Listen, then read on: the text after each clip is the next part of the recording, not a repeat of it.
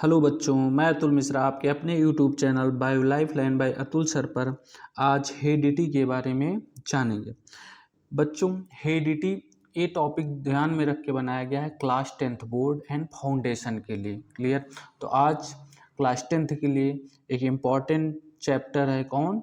Heredity. उसके बारे में हम जानेंगे। चलिए स्टार्ट करते हैं हेडिटी। क्लियर बेटा? किसके बारे में? हेडिटी। हम अगर हेडिटी जाने उससे पहले ये है कि हम थोड़ा सा रिप्रोडक्शन के बारे में जान जाएं, क्योंकि अभी तक हमने रिप्रोडक्शन नहीं पढ़ाया है। हो सकता है बोर्ड के बच्चों को स्कूल में अभी रिप्रोडक्शन नहीं पढ़ाया गया होगा। क्लियर बेटा? थोड़ा सा बेसिक जानेंगे रिप्रोडक्शन के बारे में। इन डिटेल हम जब तब बात करेंगे जब क्या पढ़ाएंगे? रिप्रोडक्शन। क्लियर?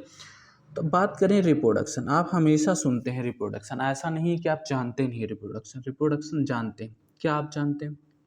रिप्रोडक्शन का सिंपल सा मतलब है कि कोई भी ऑर्गेनिज्म हो वो अपने जैसे बच्चों को पैदा करे, यानी जन्म दे।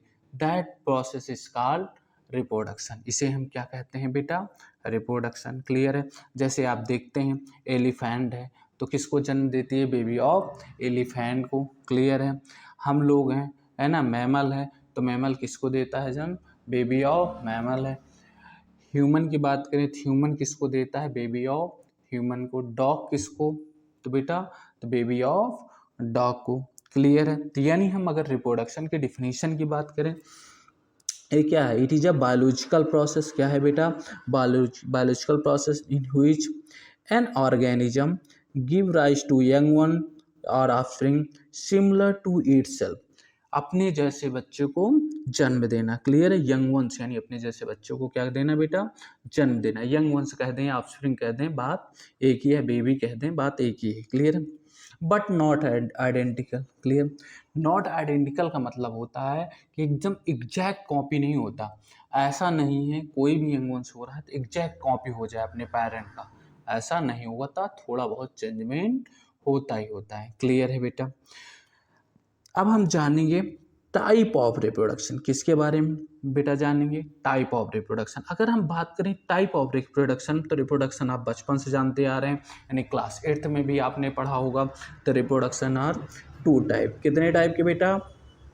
रिप्रोडक्शन कितने टाइप के होते हैं बेटा? Two type. अगर हम रिप्रोडक्शन की बात करें बेटा, तो रिप्रोडक्शन की टाइप की बात करें तो रिप्रोडक्शन कितने टाइप होता है बेटा? Two type. जो कि आप ऐसा नहीं कभी पढ़ रहे हैं, आपने क्लास 8th में भी पढ़ा होगा। क्लियर? कौन से दो टाइप हैं? तो एक है बेटा एसेक्सुअल रिप्रोडक्शन। कौन सा है बेटा? तो एसेक्सुअल रिप्रोडक्शन। दूसरा है सेक्सुअल रिप्रोडक्शन। क्या है? सेक्सुअल, यानी रिप्रोडक्शन आर टू टाइप। कौन कौन से? Asexual and sexual reproduction. अगर हम बात करें बेटा यहाँ सेक्सुअल रिप्रोडक्शन की, किसकी बात करें? सेक्सुअल रिप्रोडक्शन में। सेक्सुअल रिप्रोडक्शन में बेटा टू पेरेंट इन्वॉल्व होते हैं। कितने पेरेंट इन्वॉल्व होते हैं? Two parent. आप अपने आप को एग्जांपल लीजिए, आपके कितने पेरेंट हैं? टू।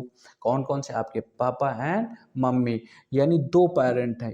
इसका मतलब है कि जो हम क्या है? सेक्सुअली रिप्रोड्यूस ऑर्गेनिज्म है, क्योंकि हमारे कितने पेरेंट इन्वॉल्व हो रहे हैं? टू पेरेंट रिप्रोडक्शन में। क्लियर है? लेकिन अगर बात करें ए सेक्सुअल रिप्रोडक्शन की, किसकी बात करें? ए सेक्सुअल रिप्रोडक्शन की, तो उसमें कितने पेरेंट इन्वॉल्व होते हैं? सिर्फ सिंगल पेरेंट। कितने पेरेंट बेटा? Single parent. ठीक है? अगर हम बात करें बेटा सेक्सुअल रिप्रोडक्शन की, सेक्सुअल रिप्रोडक्शन में क्योंकि टू पेरेंट इन्वॉल्व हो रहे हैं, कितने पेरेंट इन्वॉल्व हो रहे हैं? टू पेरेंट इन्वॉल्व हो रहे हैं। तो यहाँ पे किसका फॉर्मेशन होता है? गैमेट का। किसका फॉर्मेशन होता है? गैमेट। और गैमेट फॉर्म ही नहीं होते बेटा, फॉर्म होते हैं, फॉर्म होने के साथ साथ फ्यूज भी होते हैं। क्या होते हैं? फ्यूज। अब आप पूछ सकते हैं sir what is gamete? Gamete क्या है? क्या पूछ सकते हैं बेटा? गैमेट। तो गैमेट क्या होता है बेटा? तो हम बात करें अगर गैमीट की, तो गैमीट क्या होता है? Reproductive cell. क्या है बेटा? रिप्रोडक्टिव सेल है। क्या है बेटा?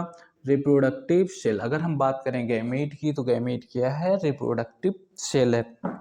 समझिए आप इस बात को। क्या है बेटा gamete? Gamete is reproductive cell. क्या है बेटा? Gamete is reproductive cell. ठीक है? अगर हम बात करें हमारे, क्योंकि हमने अभी बताया हम सेक्सुअली रिप्रोड्यूस ऑर्गेनिज्म है, कितने पेरेंट इन्वॉल्व है? टू पेरेंट इन्वॉल्व है। तो जाहिर सी बात है गैमीट भी कितने टाइप के बनेंगे बेटा? टू टाइप के। एक बनेगा बेटा मेल गैमीट। कौन बनेगा? Male gamete. दूसरा बनेगा फीमेल गैमीट। क्या बनेगा बेटा? Female gamete. ये जो बने हैं बेटा सिंबल है, सिंबल को ध्यान रखना। यानी कितने गैमीट बनेंगे? 2, एक मेल गैमीट, दूसरा कौन सा गैमीट बेटा? फीमेल गैमीट, है ना। अब मेल गैमीट कहाँ से आया होगा? आपके फादर से आया होगा। और फीमेल गैमीट कहाँ से आया होगा? मदर। जैसे एग्जाम्पल के तौर पे अगर हम देखा जाए तो ह्यूमन बीइंग में क्या होता है? मेल गैमीट स्पर्म होता है, वहीं फीमेल में क्या होता है बेटा? ओवम। क्लियर है यहाँ तक? अब मेल गैमीट और फीमेल गैमीट आपस में मिलेंगे, क्या होंगे बेटा? मिलेंगे। और ये मिलेंगे तो क्या होगा? इनमें फ्यूजन, और इसी फ्यूजन की प्रोसेस को बोलते हैं बेटा फर्टिलाइजेशन। जब मेल एंड फीमेल गैमीट मिलते हैं तो जो फ्यूज होते हैं, इसी प्रोसेस को क्या बोलते हैं? फर्टिलाइजेशन। यानी इनके न्यूक्लियस आपस में क्या कर जाते हैं? Fuse. That process is called fertilization. क्या बोलते हैं बेटा? फर्टिलाइजेशन। जब फर्टिलाइजेशन का फॉर्मेशन होता है उसके बाद क्या बनता है बेटा? जायगोट। क्या बनता है? जायगोट। हम यहाँ पे आपको रिप्रोडक्शन नहीं पढ़ा रहे हैं, इसीलिए बहुत डिटेल में नहीं जा रहे हैं। तो किससे फर्टिलाइजेशन हुआ? मेल एंड फीमेल गैमीट का क्या फॉर्म हो गया बेटा? जायगोट। जायगोट के आगे आप जानते हैं क्या बनेगा बेटा? एम्ब्रियो बनेगा। क्या बनेगा? एम्ब्रियो। क्लियर है? एम्ब्रियो के बाद क्या बनेगा? तो यंग वंस, है ना। या आप कह सकते हैं ऑर्गेनिज्म बनेगा। क्या बनेगा बेटा? ऑर्गेनिज्म। यहाँ तक क्लियर है? यानी जायगोट बना, जायगोट से क्या बना बेटा? एम्ब्रियो, एम्ब्रियो से क्या बना? ऑर्गेनिज्म। यही प्रोसेस चलती है। क्लियर है? अब अगर यहाँ पे पॉइंट अगर ध्यान से हम देखें, जब मेल गैमीट की बात करें या फीमेल गैमीट की, दोनों मिल रहे हैं तो जायगोट बन रहा है, इतना ही है। वही जायगोट बाद में डेवलप हो रहा है किसमें? नए ऑर्गेनिज्म में। ठीक है। तो अगर हम देखें मेल, मेल यानी आपके पापा, आपके पापा की जनरेशन अगर देखा जाए तो आपके दादाजी से, दादाजी के पिताजी से है। क्लियर? यानी एक अलग जनरेशन है। वहीं अगर आपके मम्मी की बात करें तो मम्मी कहाँ कहाँ की उनकी जनरेशन? आपके नाना के यहाँ की, नाना के पिताजी। क्लियर है? वो अलग जनरेशन। यानी पापा की जनरेशन अलग है, मम्मी की जनरेशन अलग है। तो जाहिर सी बात है जो हम में करेक्टर आए होंगे वो अलग अलग आए होंगे। पापा से अलग आए होंगे और मम्मी से अलग आए होंगे। क्लियर है? यानी हम में जो करेक्टर हैं दोनों के हैं, मम्मी के भी करेक्टर हैं और पापा के भी करेक्टर हैं। क्लियर है? यहाँ तक कोई कन्फ्यूजन नहीं होनी चाहिए। यानी हम में दोनों करेक्टर हैं, मम्मी के भी करेक्टर हैं, पापा के भी करेक्टर हैं। क्लियर है यहाँ तक? अगर मम्मी के करेक्टर भी आ रहे हैं, पापा के करेक्टर आ रहे हैं, तो हम एग्जैक्ट किसी के तरीके नहीं दिखेंगे। या तो मम्मी कुछ पार्ट होंगे, जैसे मान लीजिए हमारी नोज मम्मी के तरीके है, हो सकता है हमारी आइज पापा के तरीके हो सकता है हेयर जो है हमारा मम्मी के तरीके हो और लिप्स जो है पापा के तरीके हो। क्लियर है बेटा? हो सकता है हाइट हमारी मम्मी के तरीके हो, है ना, और जो हमारा स्किन कलर है वो पापा के तरीके हो। क्लियर है? इतना ही है। अब क्या करिए, एक तरफ अपने मम्मी को खड़ा करिए और एक तरफ आप अपने पापा को खड़ा करिए। कुछ करेक्टर तो दोनों से मिलेंगे, लेकिन ऐसा नहीं होगा कि 100% दोनों के ही करेक्टर आप में हो। उसमें भी कुछ ना कुछ चेंजमेंट दिखाई देगा। क्या दिखाई देगा बेटा? चेंजमेंट। यानी ना वो करेक्टर आपको अपने पापा में दिख रहा होगा, ना वो करेक्टर आपको अपने मम्मी में दिख रहा होगा। क्लियर है?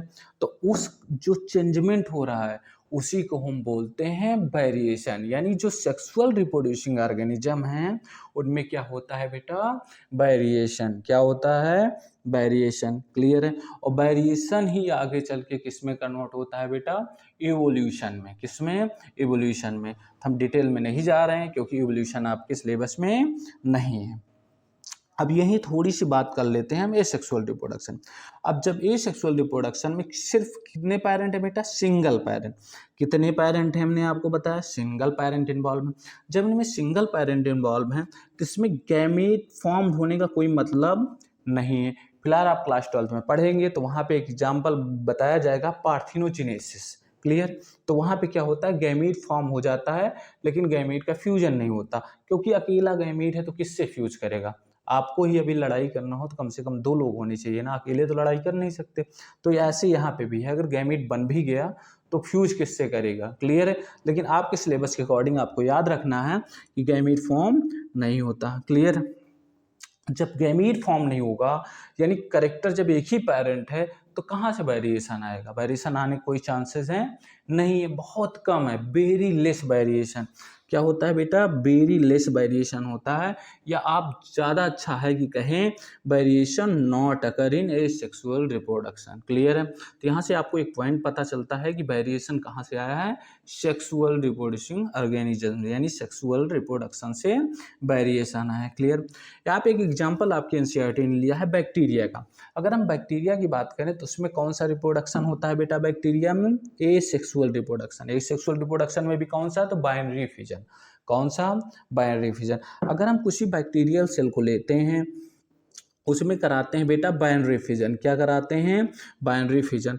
तो एक बैक्टीरियल सेल दो बैक्टीरियल सेल में डिवाइड हो जाती। अब फिर से अगर हम बाइनरी फिजन कराते हैं तो ये दो सेल किस में कन्वर्ट हो जाती हैं, 4 सेल में कन्वर्ट हो जाती हैं। कितनी सेल में बेटा, 4 सेल। 1 सेल थी 2 सेल्स में कन्वर्ट हुई, ये कितने सेल में हो गई बेटा, 4 सेल में। लेकिन अगर देखें जो बैक्टीरियल सेल है सिंगल सेल थी, उससे जब ये 4 सेल हो रही हैं तो इनके जो कैरेक्टर है लगभग सिमिलर है, वैसे ही देखने में लग रही हैं। बहुत कम ही वेरिएशन है, मतलब वेरी लेस वेरिएशन इसमें दिखाई दे रहा है। क्लियर है बेटा? आई होप आपको रिप्रोडक्शन का ये बेसिक समझ में आया होगा। ठीक है बेटा, अब हम आगे बढ़ते हैं।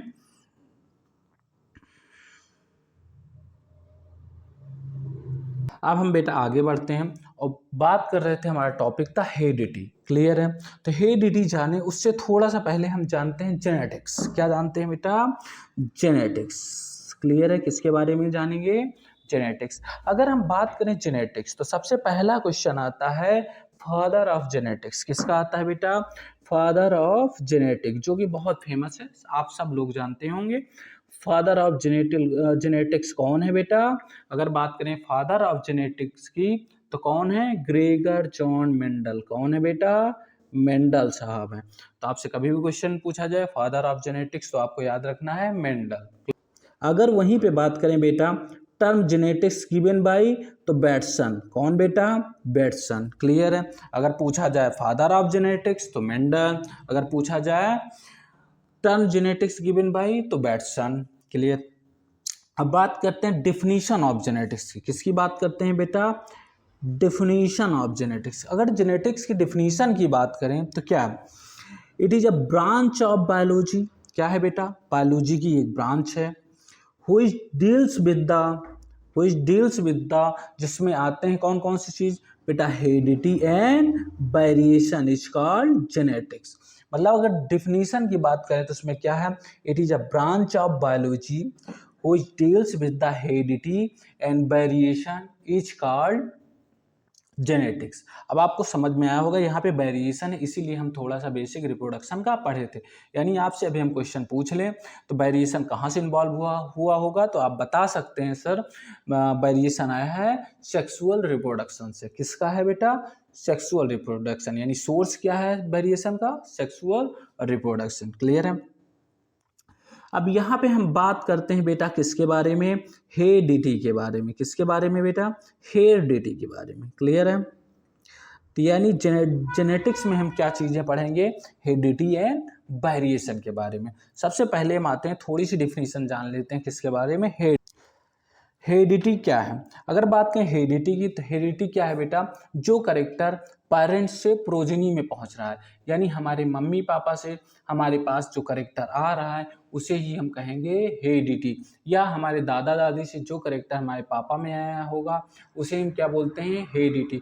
या हमसे एक करेक्टर हमारे बच्चों में जाएगा तो इसको ही क्या बोलते हैं, हेरिडिटी। यानी अगर हेरिडिटी की बात करें, ट्रांसफर ऑफ करेक्टर और trait from parent to offspring, parent से ऑफस्प्रिंग या प्रोजेनी में जो करेक्टर ट्रांसफर हो रहे हैं उसे ही हम क्या बोलते हैं, हेरिडिटी। क्या बोलते हैं बेटा, हेरिडिटी। और हेरिडिटी से ही मिलता जुलता एक वर्ड है बेटा, अगर बात करें इनहेरिटेंस, जिसका क्या नाम है, इनहेरिटेंस। क्या है बेटा, इनहेरिटेंस। क्लियर है? हमने कहा हेरिडिटी क्या है, जो करेक्टर कहाँ से, पेरेंट से प्रोजेनी में पहुंच रहा है उसे ही हम क्या कहते हैं, हेरिडिटी। क्लियर है? लेकिन ये करेक्टर पेरेंट से प्रोजेनी में पहुंच कैसे रहा है, कौन सी प्रोसेस से पहुंच रहा है, यानी हमारे मम्मी पापा से वो करेक्टर हमारे पास कैसे पहुंच रहा है। जो ये प्रोसेस है, जिस प्रोसेस के थ्रू ये करेक्टर पहुंच रहा है, दैट इज कॉल्ड इनहेरिटेंस। इसे क्या बोला जाता है, इनहेरिटेंस बोला जाता है। क्लियर है। इसीलिए इनहेरिटेंस को बोला जाता है बेसिस ऑफ हेरिडिटी। क्या बोला जाता है बेटा, बेसिस ऑफ हेरिडिटी। डिफिनीशन देखते हैं क्या, process by which transfer of character from one generation to another generation. Clear है। ये प्रोसेस है जिससे एक जनरेशन से दूसरे जनरेशन में करेक्टर को ट्रांसफर किया जाए। यानी अगर बात करें transfer of character from one generation to another generation, ये क्या है, ये इतना पोर्शन तो बेटा हेरिडिटी हो गया। क्या हो गया, ये तो हेरिडिटी है। तो ये क्या है, प्रोसेस है जिसके थ्रू करेक्टर पहुंच रहा है। इनहेरिटेंस क्या है, प्रोसेस। जैसे आप मार्केट में गए, आपने एक फ्रिज ली, क्या लिया, फ्रिज। अब आपने फ्रिज लिया है तो जाहिर सी बात है उस फ्रिज को आप अपने घर ले जाएंगे, यानी वो फ्रिज आपके घर में पहुंच जा रही है। ये है हेरिडिटी। क्या है बेटा, हेरिडिटी। लेकिन आप फ्रिज घर पे पहुंच कैसे रही है, हो सकता है आप बस से ले के आ रहे हैं, हो सकता है आप ट्रेन से ले आ रहे हैं, है ना, हो सकता है आप बाइक से उठा के ला रहे हैं, या हो सकता है आप ठेले पे लाद के ला रहे हैं ना। जैसे ला रहे हैं, जो जिस प्रोसेस के थ्रू वो आ रहा है, जैसे बाई बस, बाई ट्रेन, या जिससे भी आ रहा है, जिस प्रोसेस के थ्रू वो पहुंच रहा है, उसे कहते हैं इनहेरिटेंस। क्लियर बेटा। यानी फ्रिज आपके घर पहुंच गई, ये हेरिडिटी है। लेकिन वही फ्रिज किसके थ्रू आ रही है, बाई बस आ रही है, बाई ट्रेन आ रही है, बाई बाइक आ रही है, बाई ठेला आ रहा है, उसे ही हम क्या बोलते हैं बेटा, इनहेरिटेंस। क्या बोलते हैं, इनहेरिटेंस। क्लियर है बेटा। अब आगे हम बात करते हैं, क्योंकि जेनेटिक्स की डिफिनीशन में दो चीजें थी, एक हेरिडिटी थी, दूसरा वेरिएशन। यानी हम आगे बात करेंगे किसके बारे में बेटा, वेरिएशन के बारे में। किसके बारे में बेटा, वेरिएशन। क्लियर है। अगर हम वेरिएशन की बात करें तो आपके एनसीईआरटी में हेडिंग दी गई, कौन सा बेटा, accumulation of variation during reproduction. Clear है। रिप्रोडक्शन के ड्यूरिंग रिप्रोडक्शन के दौरान कैसे एक्यूमुलेट हो रहा है क्या, वेरिएशन, इस बारे में यही पढ़ेंगे। क्लियर है बेटा। तो हम बात करते हैं वेरिएशन की। अगर हम वेरिएशन, तो वेरिएशन क्या है, वेरिएशन मतलब चेंजमेंट, यानी नया करेक्टर जो हमें अपने पेरेंट्स से नहीं मिला, जो हमारे पेरेंट्स से क्या है, डिफर है। यानी हमें करेक्टर किसके आए, हमारे पेरेंट के आए, लेकिन क्या हम अपने पेरेंट को, पापा मम्मी को अगल बगल बैठ खड़े करके मिरर में देख लीजिए, क्या एकदम एग्जैक्ट है कि दोनों करेक्टर सिर्फ पापा ही मम्मी के हैं और कुछ भी चेंजमेंट नहीं है, तो आपको दिखेगा नहीं चेंजमेंट है। हो सकता है नोच पापा के तरीके हो, आई मदर के तरीके हो। क्लियर है। लेकिन लिप्स हो सकता है किसी के तरीके ना मिल रही हो, ना पापा के ना मम्मी के। क्लियर है। तो इसीलिए वेरिएशन क्या है, डिग्री ऑफ डिफरेंसेस। क्या है, degree of differences between parent to progeny. Parent से प्रोजेनी में जो डिग्री ऑफ डिफरेंस है उसे ही हम क्या बोलते हैं बेटा, वेरिएशन। क्लियर है। या हो सकता है between progeny of same parent, हो सकता है ब्रदर एंड सिस्टर हो। ठीक है। तो ऐसा है नहीं कि ब्रदर सिस्टर एग्जैक्ट होंगे, नहीं, उनमें भी ब्रदर को अलग खड़ी करिए, सिस्टर को अलग, या दोनों ब्रदर को ही अलग खड़ी करिए, दोनों सिस्टर को अलग खड़ा करके देखिए, दोनों में ऐसा नहीं होगा कि एग्जैक्ट होंगे, पेरेंट के सारे कैरेक्टर आ गए, वो आपस में भी डिफर होंगे, एकदम ट्विंस नहीं होंगे, दोनों एक जैसे ही दिखें। क्लियर है बेटा। अब बात करते हैं वेरिएशन की सोर्स की। तो हम स्टार्टिंग से बताते आ रहे हैं, सोर्स ऑफ वेरिएशन क्या है। अगर हम बात करें प्रोजेनी की, किसकी बात करें बेटा, प्रोजेनी की, तो सोर्स ऑफ वेरिएशन है सेक्सुअल रिप्रोडक्शन। क्या है बेटा, सेक्सुअल रिप्रोडक्शन, है ना। लेकिन अगर हम बात करें पूरी की पूरी पॉपुलेशन की, प्रोजेनी या किसी इंडिविजुअल की बात कर रहे हैं, तो क्या है बेटा, सेक्सुअल रिप्रोडक्शन। लेकिन अगर पूरी पॉपुलेशन की, होल पॉपुलेशन की बात करें, तो क्या हो जाएगा बेटा, म्यूटेशन। क्या हो जाएगा, म्यूटेशन। क्लियर। आपको वेरिएशन समझ में आया। अब चलते हैं आगे।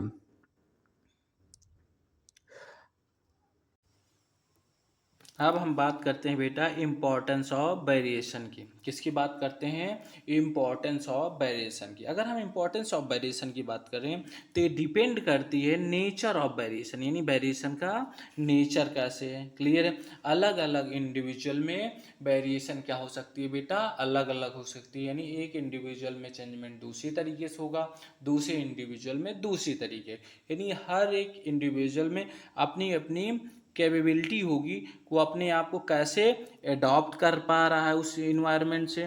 अब उस इन्वायरमेंट से अपने आप को कैसे एडॉप्ट कर पा रहा है, यानी अपने आप को कैसे एडवांस यानी अपने आप को कैसे चेंज कर पा रहा है। क्लियर है। जैसे एग्जाम्पल यहाँ आपके एनसीईआरटी में दिया गया है बेटा बैक्टीरिया, और बैक्टीरिया सर्वाइव कर सकती है हाई टेम्परेचर किस में बेटा, हाई टेम्परेचर। एक बैक्टीरिया है जिसका नाम है थर्मस एक्वाटिकस, जो कि क्या है बेटा 100 डिग्री सेंटीग्रेड पर भी सरवाइव कर सकती है। सोचिए उसने अपने आप को कितना अडॉप्ट किया है उस एनवायरनमेंट के तरीके। क्लियर है। वहीं अगर एग्जाम्पल आप देखें तो आप जान सकते हैं मॉस्क्यूटो कॉइल के बारे में। किसके बारे में बेटा, मॉस्क्यूटो कॉइल यानी जो मच्छर मारने वाली कॉइल होती थी, पहले आती थी, आप लगाते थे, मच्छर दूर दूर तक नहीं आते थे। क्लियर है। लेकिन लेटर क्या हुआ, अब बाद में मच्छर उससे क्या हो गए बेटा, एडॉप्ट हो गए। आपने कॉइल की जगह फिर लिक्विड लाया, मच्छर क्या हुए, कुछ दिन तो मरे, उससे वो काम किया, लेकिन फिर अपने आप को क्या किए बेटा, एडॉप्ट किए। क्लियर है। अब क्या आती है, मच्छर की अगरबत्ती आती है ना, मतलब टॉक्सिक आप बढ़ाते चले गए, उसी तरीके मच्छर अपने आप को एडॉप्ट करने चले गए। यानी कहने का मतलब है हर इंडिविजुअल में एडॉप्टेशन की कैपेबिलिटी अलग अलग होती है। क्लियर है। दूसरा इंपॉर्टेंट पॉइंट इसका है, ये क्या करता है, इंक्रीज करता है चांसेस ऑफ, क्या करता है बेटा, इंक्रीज करता है चांसेस ऑफ द सर्वाइवल। क्यों, आप सोचिए अगर उस बैक्टीरिया ने अपने आप को एडॉप्ट नहीं किया होता तो क्या वो 100 डिग्री सेंटीग्रेड पे रह पाता, नहीं। या मॉस्क्यूटो ने अपने आप को एडॉप्ट नहीं किया कर पाते तो आप जो मच्छर कॉइल लाते थे उसी सब मर जाते। यानी जितने भी मच्छर थे आपको कहीं भी पता नहीं चलता, आपको काटते नहीं। ऐसा हो रहा है, नहीं हो रहा है। यानी क्या हो रहा है, अब ये जो होती है वेरिएशन जो होता है क्या करता है, सर्वाइवल की कैपेबिलिटी बढ़ाता है, यानी प्रोवाइड कराता है स्टेबिलिटी को। किसको प्रोवाइड कराता है बेटा, स्टेबिलिटी टू अ स्पीसीज, कोई भी स्पीसीज हो। जैसे हम लोग हैं, इतने डेवलप कैसे हुए, अगर अपने आप में वेरिएशन ना लाते तो क्या डेवलप हो पाते, नहीं, है ना। जितने अच्छे अपने आप में वेरिएशन यानी चेंजमेंट लाएंगे उतना ज़्यादा हम क्या हो जाएंगे बेटा, इवॉल्व हो जाएंगे। और जानते हैं जो वेरिएशन होता है किसकी तरफ जाता है बेटा, एवोल्यूशन की तरफ। किसकी तरफ जाता है, एवोल्यूशन की तरफ। क्लियर है बेटा। बेटा अभी तक आपने जाना थोड़ा सा बेसिक किसके बारे में, रिप्रोडक्शन के बारे में। रिप्रोडक्शन कितने टाइप के होते हैं, 2 type, A sexual and sexual reproduction के बारे में। फिर एक किसके बारे में जाना, जेनेटिक्स के बारे में। जेनेटिक्स की डिफिनीशन जानी, फादर ऑफ जेनेटिक्स यानी मेंडल। टर्म जेनेटिक्स किसने दिया था बेटा, बेटसन ने। जेनेटिक्स की डिफिनीशन में आपने जाना कि 2 चीज़ें आती है, हेरिडिटी एंड वेरिएशन। आपने हेरिडिटी की डिफिनीशन जानी और इनहेरिटेंस की। क्लियर है बेटा। वेरिएशन के बारे में आप जान लिए। अब बात करते हैं हम ट्रेट, किसकी बात करते हैं हम, ट्रेट की। क्लियर है। ट्रेट क्या है, ट्रेट है बेटा, trait are the characteristic feature of an organism present in physical form. Trait क्या है, तो ट्रेट किसी भी ऑर्गेनिज्म का क्या है, कैरेक्टरिस्टिक फीचर है जो हमें दिखाई देता है। क्या करता है, दिखाई देता है फिजिकली। क्लियर है। कैसे दिखाई देता है बेटा, फिजिकली। जैसे अगर बात करें कोई इंडिविजुअल का एक करेक्टर है हाइट, क्या है, हाइट। अब वो इंडिविजुअल, लेकिन आपको हाइट उसकी दिखाई थोड़ी ना देगी। आपको हाइट में या तो दिखाई देगी को लॉन्ग है या तो शॉर्ट है। क्या है बेटा, लॉन्ग है या शॉर्ट है, यानी लॉन्ग या तो ड्राफ, या जो चीज़ें दिखाई दे रही हैं इसे हम क्या बोलते हैं, ट्रेट। यानी लॉन्ग है कि ड्रॉप है, ये क्या है, ट्रेट। लेकिन अगर हम वहीं पे पॉइंट बात कर लें, करेक्टर, करेक्टर क्या है, करेक्टर है क्या बेटा, it is the feature of the individual. Individual का फीचर है, यानी वो हाइट फीचर है ना बेटा, तो फीचर को क्या बोलते हैं, करेक्टर। लेकिन जो हमें फिजिकली दिख रहा है वो क्या होता है बेटा, ट्रेट। अगर हम बात करें आगे किसके बारे में बेटा, टाइप ऑफ ट्रेट। किसके बारे में, टाइप ऑफ ट्रेट। तो ट्रेट कितने टाइप के होंगे बेटा, 2 टाइप। कितने टाइप के, 2 टाइप। क्लियर है बेटा। कौन कौन से बेटा, अगर बात करें तो एक होगा इनहेरिटेड ट्रेट और दूसरा होगा बेटा एक्वायर्ड। कौन सा trait, inherited trait and acquired trait. अगर बात करें इनहेरिटेड ट्रेट को हम क्या बोल सकते हैं, तो जर्मिनल वेरिएशन बोल सकते हैं। वहीं एक्वायर्ड ट्रेट को हम क्या बोल सकते हैं, एक्वायर्ड ट्रेट को क्या बोल सकते हैं बेटा, सोमैटिक वेरिएशन बोल सकते हैं। क्लियर है। तभी तक हमने आपको बताई ट्रेट की डिफिनीशन। दूसरा पॉइंट, टाइप ऑफ ट्रेट कितने टाइप के हैं, 2 टाइप के। पहला इनहेरिटेड ट्रेट और दूसरा है एक्वायर्ड ट्रेट। क्लियर है बेटा। अब हम बात करते हैं इन दोनों के बारे में। अब यहाँ पे हम बात करेंगे बेटा इनहेरिटेड एंड एक्वायर्ड ट्रेट की। किसकी बात करेंगे, inherited and acquired trait. Inherited, अभी आपने हेरिडिटी पढ़ी थी। हेरिडिटी क्या पढ़ी थी बेटा, कि करेक्टर क्या हो रहा है, ट्रांसफर हो रहा है पेरेंट टू प्रोजेनी। लेकिन वहीं बात करें इनहेरिटेंस, यानी इनहेरिटेंस की बात करें तो प्रोसेस, जिस प्रोसेस के थ्रू करेक्टर ट्रांसफर हो रहा है पेरेंट्स से प्रोजेनी, प्रोसेस कौन सी थी? रिप्रोडक्शन। तो यानी यही है received from parent during reproduction, यानी जो करेक्टर आ रहा है किसके थ्रू आ रहा है बेटा? पेरेंट से आ रहा है। क्लियर? ड्यूरिंग रिप्रोडक्शन इसे बोलते हैं इनहेरिटेड ट्रेट। क्या बोलते हैं बेटा? Inherited trait. वही अगर हम बात करें एक्वायर्ड ट्रेट की, तो जो करेक्टर हम एक्वायर कर रहे हैं आफ्टर बर्थ, यानी बर्थ के बाद जब हमारा जन्म हो जाए उसके बाद हमें जो करेक्टर डेवलप हो रहा है उसे हम क्या बोलेंगे बेटा? Acquired trait. या इसी को हम बोल सकते हैं ऑब्टेन ड्यूरिंग लाइफ टाइम, यानी हम अपनी पूरी लाइफ टाइम में बर्थ के बाद जितने भी करेक्टर क्या ऑब्टेन कर रहे हैं उसे ही हम क्या बोल सकते हैं बेटा? Acquired trait. ठीक है। अगर इनहेरिटेड की बात करें तभी हम बताएं ये पास होगा बेटा one generation to another generation. लेकिन अगर एक्वायर्ड, क्योंकि एक्वायर्ड करेक्टर क्या आफ्टर बर्थ आया हमें पेरेंट्स से नहीं मिला तो आगे भी जनरेशन में नहीं जाएगा तो पास नहीं होता। अगर हम बात करें इनहेरिटेड में जाहिर सी बात है क्या आएगा? वेरिएशन आएगा। वेरिएशन आएगा तो किसकी तरफ जाएगा? इवोल्यूशन की तरफ। लेकिन ऐसा कुछ यहाँ पे नहीं होता। क्लियर बेटा? कहाँ पे नहीं होता? एक्वायर्ड ट्रेट में नहीं होता। अगर इनहेरिटेड ट्रेट के एग्जाम्पल की बात करें तो हम किसकी बात करते हैं? नोज शेप की। हमारे जो नोज का शेप होता है वैसे ही लगभग होता है जैसे हमारे पेरेंट का होता है, थोड़ा बहुत वेरिएशन होता है तभी हम इवोल्यूशन की तरफ जाएंगे। ऐसे हेयर कलर भी कैसे होता है बेटा? पेरेंट के तरीके होता है, जो वेरिएशन थोड़ा बहुत आएगा तभी तो हम इवॉल्व कर पाएंगे अपने आप को। क्लियर? बात करेंगे ईयर लोब। अभी हम ईयर लोब की बात करते हैं। ईयर लोब क्या होता है? Lowest part of the year. Year का जो ईयर पिन्ना होता है उसका जो लोएस्ट पार्ट, निचला पार्ट होता है उसे ही हम क्या बताते हैं बेटा? Ear lobe. ठीक है। ईयर लोब के बारे में हम जाने उससे पहले थोड़ा सा पॉइंट जान लेते हैं। Example of acquired trait. किसके एग्जाम्पल के? Acquired trait. अब जैसे जानते हैं गर्ल्स को, गर्ल्स में क्या होता है? नाक कान में छेद किया जाता है ना कुछ पहनने के लिए, piercing of ear and nose. और हमेशा ही होता है, ऐसा नहीं कोई बेबी गर्ल हुई उसके पहले से पहले ऐसे छेद हुआ है, ऐसा तो नहीं होता ना। हर बार जब बेबी गर्ल्स आती है उसके कुछ समय बाद क्या कराना पड़ता है? पियर्सिंग, यानी क्या करना पड़ता है बेटा? छेद, जिससे वो कुछ पहन सकें। क्लियर है? ज्वेलरी वगैरह पहन सकें। ठीक है। एक्वायरिंग वेट, जैसे वेट लिफ्टर होते हैं क्या करते हैं? अपनी बॉडी बिल्डिंग कर लेते हैं जिम जा जाके। क्या ऐसा है कि उनका जो जिम जा जाके अपना वेट इंक्रीज किए हैं या अपनी बॉडी बनाए उनके बच्चे ही बॉडी बिल्डर निकलेंगे? ऐसा नहीं हो सकता ना। वहीं ड्राइविंग स्किल, जैसे कोई ड्राइवर है क्या उसके बच्चे पैदा होती गाड़ी चलाने लगेंगे? ऐसा नहीं पॉसिबल है। क्लियर है? तो ये सारे क्या है? एक्वायर्ड करेक्टर हैं जो हम सीखते हैं। जैसे आप क्लास 10th में हैं, आप पढ़ाई कर रहे हैं, है ना, आपको मार्कशीट मिलेगी तो क्या आपका बच्चा मार्कशीट लेके आएगा? यानी आपको जो नॉलेज है आज क्या उसको पहले से रहेगी? नहीं, उसे भी स्टार्टिंग से ही पढ़ना होगा। क्लियर है बेटा? अब बात करते हैं हम थोड़ा सा ईयर लोब की। किसकी बात करते हैं? ईयर लोब की।